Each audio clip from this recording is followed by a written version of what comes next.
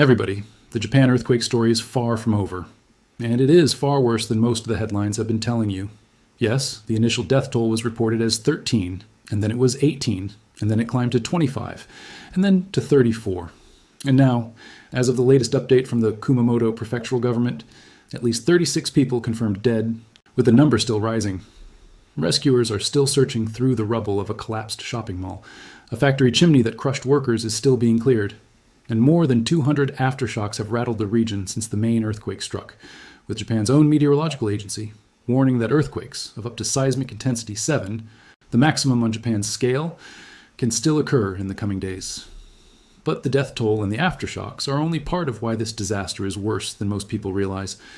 What is happening to the survivors of this earthquake right now, tonight, is something that nobody anticipated when the earthquake first struck. Something that takes a seismic disaster and layers a life-threatening secondary crisis directly on top of it. The survivors of Japan's Kumamoto earthquake are sleeping in their cars, in a heat wave, without water, without fuel, with no timeline for when temporary housing will arrive. And medical experts are now warning of a potentially fatal complication from sitting in those cramped cars for days on end. This earthquake is not over, everybody. And here is everything you need to know about why it is so much worse than you think. Happy Sunday, everybody. Mark here. No hype, no drama, just what you need to know. Subscribe and follow along because this Japan story demands full attention right now. Let's get into it. First, let me take you back to the moment it happened. Because understanding what the earthquake did in its first minutes tells you everything about why the aftermath is so devastating. On July 28, 2026, at 4:27 p.m. local time in Kumamoto Prefecture, on the southwestern Japanese island of Kyushu, the ground shook at seismic intensity 7, the maximum on Japan's JMA scale, in the municipalities of Uki City and Hikawa Town. Seismic intensity 7 means violent shaking, the kind that makes it impossible to stand, the kind that throws objects across rooms, the kind that collapses buildings that are not engineered to Japan's highest seismic standards. A tsunami advisory was issued for the Ariake and Yatsushiro seas within 2 minutes of the earthquake, a sign of how seriously the JMA took the immediate threat, and then lifted less than 2 hours later when the seismic character of the rupture became clear. The earthquake occurred at a depth of just 10 kilometers. Shallow, everybody. When earthquakes occur shallow, less than 20 kilometers deep, the seismic energy they release reaches the surface with much less attenuation. The shaking is more violent, the ground motion is more destructive. The duration of violent shaking is longer, and a shallow strike-slip earthquake of magnitude 7. One at 10 kilometers depth in densely populated terrain is exactly the combination that emergency managers fear most. Energy that would be absorbed by distance if the earthquake were deep arrives almost unfiltered at the surface, and the infrastructure above it takes the full force. The Aeon Mall in Kashima Town took that full force, and what happened there is one of the most harrowing events of this entire disaster. Part of the mall's second floor collapsed during the earthquake, trapping shoppers inside. Approximately 3,000 customers who had been shopping in the early evening were evacuated to the parking lot. And then, approximately an hour after the earthquake, a suspected gas leak explosion tore through the complex. 3 people were killed in that blast. 3 more store employees remained missing as search crews moved through the damaged structure. The Aeon Mall in Kashima had a parking deck for 5,000 vehicles. It was one of the largest commercial structures in the region. And it became one of the deadliest sites of the earthquake, not from the shaking alone, but from the combination of structural collapse and gas leak explosion that followed. At the Nippon Paper Industries Yatsushiro plant, a chimney collapsed during the earthquake and fell on workers. At least 2 were found without vital signs. 11 people were initially trapped inside. At the Kyushu Expressway, the roadway split open. Aerial footage showed the pavement buckled and separated across multiple lanes. A cargo train derailed. Buildings in Kumamoto City caught fire in the immediate aftermath of the quake. And throughout the region, the infrastructure that people depend on every day, roads, water pipes, gas lines, electrical connections, was fractured, severed, and disrupted at hundreds of points simultaneously. Now, let me show you the aftershock sequence. Because the Japan Meteorological Agency's own warning about what comes next deserves to be heard by every person reading the early headlines and thinking the danger is over. More than 200 aftershocks occurred within 24 hours of the main earthquake. Over 200. And the JMA issued a direct, specific warning, not a general advisory, but a specific statement to the public. It is common for strong tremors with a seismic intensity of up to 7 to take place in the week following an earthquake, particularly during the first 2 or 3 days. Seismic intensity 7, the maximum possible, in the week following the main earthquake. And that warning is not hypothetical. It is based on what Kumamoto has experienced before. In April 2016, the same Kumamoto region was struck by 2 powerful earthquakes in rapid succession, a magnitude 6. 5 foreshock followed 2 days later by a magnitude 7. 3 main shock. That sequence killed 273 people and injured 2,739. Buildings that survived the first earthquake failed in the second. People who sheltered in structures that seemed intact were caught in those structures when the larger main shock arrived. The 2016 experience is burned into the institutional memory of every seismologist and emergency manager in Japan. And it is the context within which the JMA is now warning that seismic intensity 7 aftershocks remain possible. The aftershock data from August 1st, today, confirms the sequence is ongoing. A magnitude 4. 9 struck Matsubasi in Kumamoto Prefecture at 12:47 UTC. A magnitude 5. 0 hit Uto in Kumamoto on July 30th. The sequence has not quieted. It is not resolved. It is doing exactly what the JMA said it would do, producing continuous, significant disruptive aftershocks in the days following the main event. And in a region where thousands of structures have been compromised by the main shock, where foundations are cracked, walls are leaning, and load-bearing connections have been weakened, each aftershock is a new threat to buildings that might have survived the original earthquake, but may not survive the next one.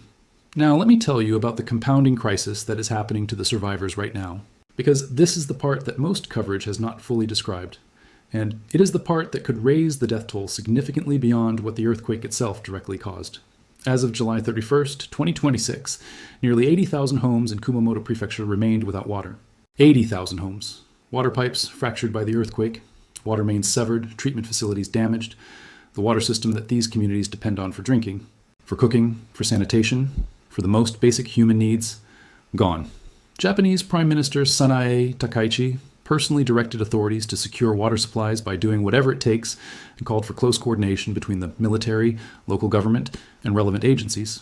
The Prime Minister herself invoking the military to distribute water in the middle of a heat wave, because that is what makes this compounding disaster so uniquely dangerous. Everybody. The earthquake struck at the height of a Japanese summer heat wave. On Friday, July 31st, Japan's weather agency and the Ministry of the Environment issued an extreme heat alert for Kumamoto City as temperatures peaked at 36 degrees Celsius, 97 degrees Fahrenheit, with high humidity. Extreme heat, no water, no power for air conditioning in many areas, and 267,000 people under evacuation orders with nowhere adequate to go. More than 9,000 people were staying in shelters. Power sources were being added to provide air conditioning in those shelters, a critical intervention in 36-degree heat. But thousands more, tens of thousands, had nowhere to shelter except their own cars, sleeping in their vehicles. In July heat in Kumamoto, with the fuel tank ticking toward empty. Hirokazu Sato, who lost his home in the earthquake, told reporters that he, his wife, and 3 children would remain in their car until temporary housing became available.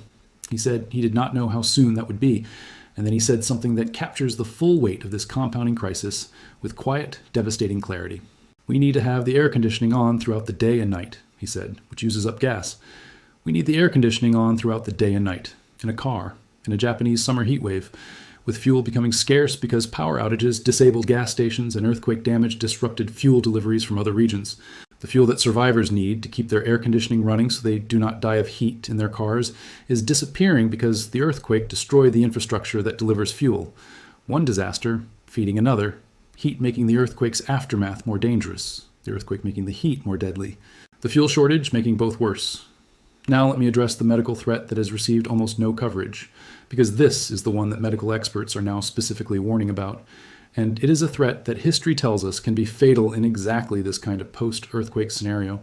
Medical experts are warning of the danger of potentially fatal blood clots from sitting too long in cramped conditions, what Japanese doctors call economy class syndrome, which most people know better as deep vein thrombosis.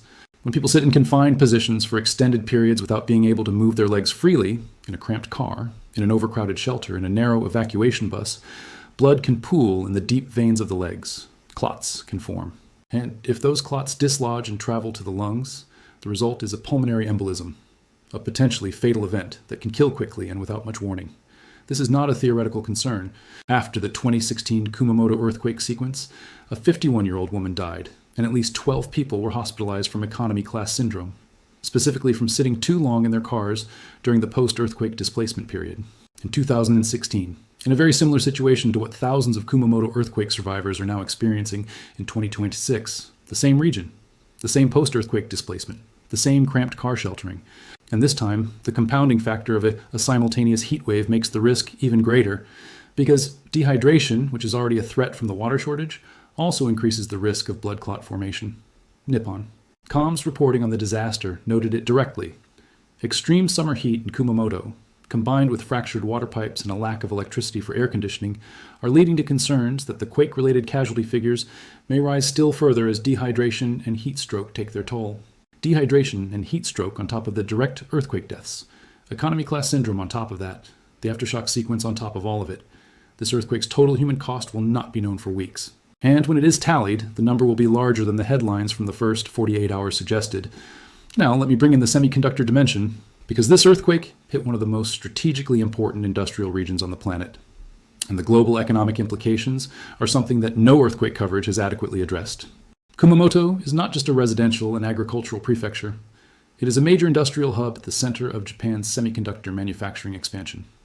Taiwan Semiconductor Manufacturing Company, TSMC, operates a facility in Kumamoto that is part of Japan's strategic effort to diversify chip manufacturing away from Taiwan as geopolitical tensions in the region have risen.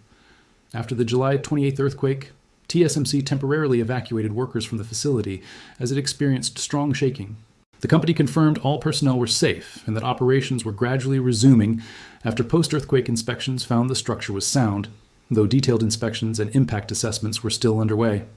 The semiconductor industry, which learned during the COVID-19 pandemic how catastrophically dependent the global economy is on chip manufacturing concentrated in a small number of locations, is now watching the Kumamoto earthquake recovery with intense attention. A significant disruption to Kumamoto's semiconductor facilities could affect production timelines for chips used in automobiles, consumer electronics, medical devices, and defense systems. TSMC's Kumamoto facility, which only opened in early 2024, was specifically chosen to provide geographic diversification from Taiwan. And the earthquake that struck just 18 months after that facility opened demonstrates precisely why geographic diversification matters, and why concentrating critical global supply chains in any single seismically active region carries inherent risk. And now let me address the question that every scientist who studies this region is privately asking, the one that connects the July the 28th, 2026 Kumamoto earthquake to something far larger and far more dangerous sitting just offshore. The Nankai Trough. Everybody, if you follow earthquake science and you know about the Pacific Rim, you know what that name means. The Nankai Trough is a submarine trench running along Japan's Pacific coast from Shizuoka Prefecture in the east, through the Kii Peninsula, and along the coasts of Shikoku and Kyushu. It is the subduction zone where the Philippine Sea Plate dives beneath the Eurasian Plate, and it is one of the most dangerous megathrust fault systems in the world. The Nankai Trough has produced devastating earthquakes and tsunamis repeatedly throughout Japan's history. The 1944 Tonankai earthquake, magnitude 8. 0. The 1946 Nankai earthquake, magnitude 8. 1. Both generated destructive tsunamis that struck the Pacific coast of Japan. The recurrence interval for major Nankai Trough events is estimated at 100 to 150 years. And the trough last produced its full rupture approximately 80 years ago. The Japan Meteorological Agency has been operating a specific enhanced monitoring protocol called the Nankai Trough Earthquake Information System since 2019. After the July 28th Kumamoto earthquake, the JMA assessed whether the event had any implications for Nankai Trough stress accumulation. Their assessment, that the Kumamoto earthquake occurred on a different fault system from the Nankai Trough and does not directly indicate elevated Nankai hazard in the near term, is the official position. And it is scientifically defensible. But here is what seismologists also say. The Nankai Trough system and the fault systems of Kyushu are part of the same broader tectonic environment. The Philippine Sea Plate is the driver of both. Stress redistribution from any significant earthquake in the region goes into the broader system, not only to the specific fault that ruptured. And the Kumamoto area has now experienced two major earthquake sequences, 2016 and 2026, within a decade. That pattern of repeated large earthquake activity in the same region is one of the signatures of a tectonic system that is actively expressing accumulated stress. Japan's government and seismological community are watching the Nankai Trough with an intensity that has not been seen since the 2011 Tohoku disaster, because the only question about the Nankai's next megathrust earthquake, an event that scientists estimate could be magnitude 8, 0 to 9. 0 is not whether, it is when. Let me give you the complete Japan earthquake update right now so every person watching has the full picture. The death toll, at least 36 confirmed dead as of the latest Kumamoto prefectural government report, with the number still rising as search crews continue working through the Aeon Mall collapse site, the paper factory chimney collapse, and collapsed homes across the region. At least 123 people injured. The search continues with the awareness that Friday afternoon, 72 hours after the earthquake, was described by Japanese officials as a crucial point for rescue efforts, as survival chances decline rapidly after the first 3 days, the aftershocks. More than 200 in the first 24 hours. The JMA warning that seismic intensity 7 remains possible in the week following the main event, particularly in the first 2 to 3 days. Significant aftershocks continuing as of August 1st, 22.6. The evacuation crisis, 267,000 people under evacuation orders, more than 9,000 in official shelters. Tens of thousands sleeping in cars facing the triple threat of heat, water shortage, and fuel scarcity simultaneously. Nearly 80,000 homes without water. Prime Minister Takaichi invoking military support for water distribution and calling for whatever it takes. The compounding heat disaster, extreme heat alert issued for Kumamoto City with temperatures reaching 36 degrees Celsius. No water for 80,000 homes. Fuel scarce. Air conditioning in cars running tanks dry. Medical experts warning of economy class syndrome and blood clot risk from prolonged car sheltering. The same complication that killed a woman after the 2016 Kumamoto sequence. The semiconductor risk, TSMC facility in Kumamoto temporarily evacuated, gradually resuming operations. Global supply chain implications being assessed. The broader seismic context, the Nankai Trough megathrust system offshore Japan, remains the defining long-term seismic threat for the country, with scientists estimating a magnitude 8 to 9 event overdue on its historical recurrence timeline. The 2026 Kumamoto earthquake does not directly elevate that risk according to current JMA assessment, but adds to the pattern of active fault system expression across Kyushu. This earthquake is not over. The death toll is not final. The suffering of the survivors is not adequately captured by any single statistic, and the broader seismic picture of the region that produced this earthquake remains one of the most complex and most hazardous in the world. Pray for Japan, everybody. Pray for Hirokazu Sato and his wife and 3 children in their car. Pray for the families still waiting for word from the Aeon Mall. Pray for the rescue workers who have been digging through rubble for days in sweltering heat. And pray for Japan, a country that has been tested by earthquake and tsunami and nuclear disaster and now faces this, and somehow, every single time, keeps going. Thank you all so much for your time. Thank you for your incredible support. And before I go, a quick word from our Father. Psalm 46, Sun through 3. God is our refuge and strength, a very present help in trouble. Therefore we will not fear, though the earth gives way, though the mountains be moved into the heart of the sea, though its waters roar and foam, though the mountains tremble at its swelling. Everybody, though the earth gives way. That is not poetry. That is a description of seismic intensity 7 in Kumamoto Prefecture. On July 28, 2026, the earth gave way. And he is still their refuge. He is still their strength. He is present in the shelters and in the cars and in the rubble and in the hospitals of Kumamoto tonight. All glory always goes to God, our Father in heaven, Yahweh. I pray he comforts every person in Japan displaced by this earthquake, brings the missing home safely, and keeps every single one of you safe from every earthquake still to come. Amen. Hallelujah. Amen. Stay safe, everybody. Stay prepared. And I will see you in the next update.